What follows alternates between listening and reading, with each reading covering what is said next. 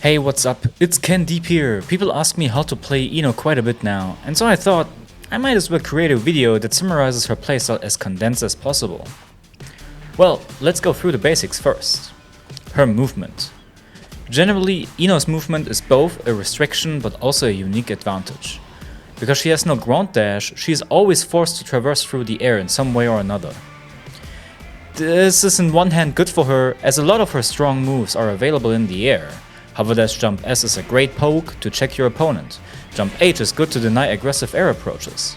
Hover dash H dive can low crush some moves for great corner carry, and hover dash jump P is a good air-to-air check to start your pressure. However, it is also a struggle for her, as it results in her almost always air blocking when moving. Air blocks in this game are even more disadvantageous than as before, as it makes almost everything unpunishable, and sometimes even makes you give up turns. Knowing when to be aggressive with your movement and when to invite your opponent to approach you is a big theme for Ino players, and quite probably the single biggest factor in how good your results will be with her. Now concerning her attacks, she doesn't have a single weak move, well, except for maybe her 4S. Every move of hers serves a specific purpose, some are more obvious than the others. This also means that it's not immediately obvious how to utilize her toolkit. But let's start with the biggest myth first. Chemical Love. A lot of people will claim this move to be super weak, and it could not be further from the truth. Chemical Love allows Ino to deny a lot of air approaches, and allows her to punish moves that are otherwise generally unpunishable for its range.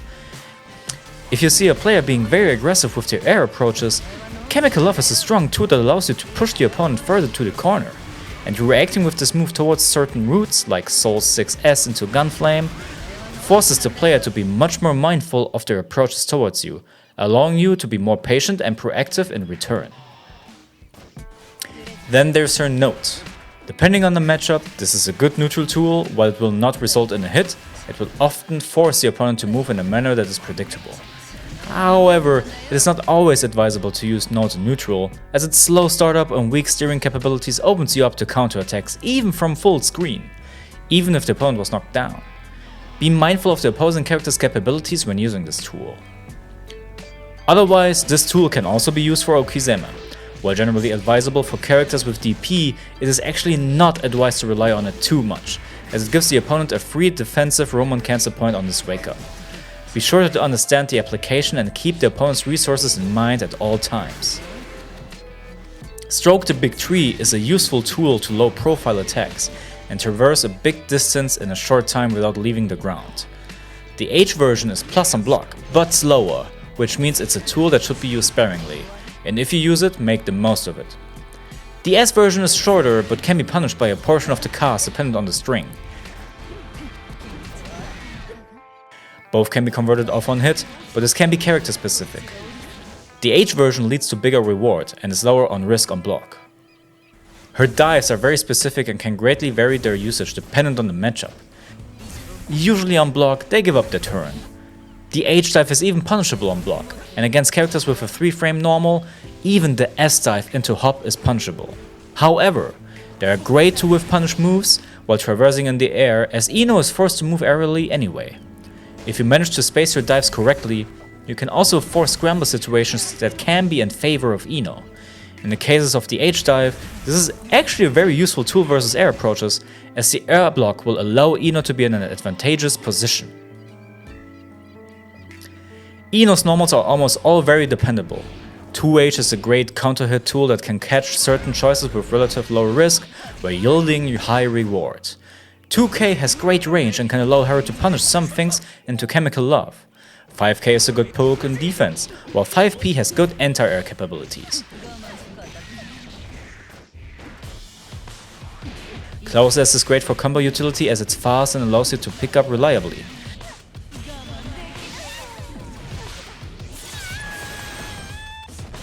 .6H has amazing range as your go-to combo launcher. Jump S can, as already mentioned, be a great poke in combination with hover dash, while Jump H can deny air approaches. Jump D, of course, is your mix-up tool of choice for your double overheads, and Jump K enables that. Jump P checks air approaches with hover dash. The only lackluster move of Ino is her 4S. Now onto her supers. They are all very strong. Her ground super is great for ending combos and can be used as a high-risk reversal move. Her air super is amazing at forcing an advantageous situation from neutral with hover dash and can sometimes even be used to bait counter approaches. Of course her command grab super is also amazing, but over time this will become much higher risk than in the current meta. The more people know how to punish the super, the more risk it will carry to go for it. However, despite all that, the reward is amazing, with over 50% damage on wall break, giving you additional tension gain afterwards and a hard knockdown, all while complementing her basic pressure. With her fundamental toolkit explained, the question is, how do we play her? The basic foundation of that question is her pressure. Due to her unique dash, she is able to really pressure the opponents quickly from small openings. Her hover dash jump K into 2K is a basic option that beats high blocks and mash attempts. Going for a hover dash empty 2K will do the same but vary the timing, making you less predictable. Having a jump K jump D as a double overhead option will make you even less predictable, but this is very risky to do, as it can be mashed in between and will never combo and hit. If you want to go for a jump D, this is always a commit, so use this option wisely. To bait out these mash attempts, she can do hover dash jump S into air backdash H dive. This is also highly committal, but very rewarding and will force the opponent to respect you more later on. Of course, Ino can also throw you at many spots. Generally, I would advise you to stick with the jump K 2K and empty 2K as your go-to pressure options, while mixing the other options in occasionally. Ino also has a fuzzy setup from a hover dash jump S. However, this can be interpreted as a waste of resources, as the reward is not reflected in the costs. You would usually lose your wall break super because of it, and the hit is not guaranteed. Only go for this if you either have enough resources, or this will be a deciding factor in your match. Lastly, how do we play Ino? Honestly, this depends on the matchup. Sometimes you need to be passive and wait for your opponent's mistakes like in the Soul matchup. In some, you need to be precise with your punishes and steamroll from there, as with the Axel matchup.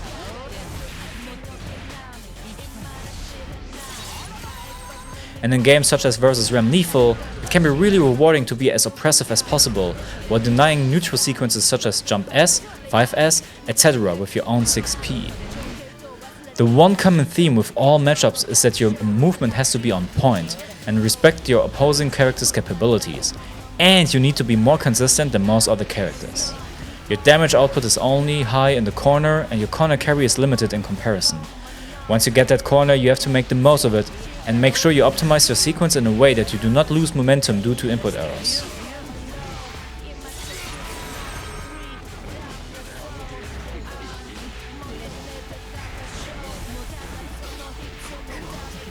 Well, and this covers the basics of playing Ino at an intermediate level, and hopefully it helps everyone out. If you have any questions, let me know in the comments below or on Twitter. And if you want to learn more about how to play fighting games, check out my other videos on this channel. With that being said, thanks for tuning in, and see you next time.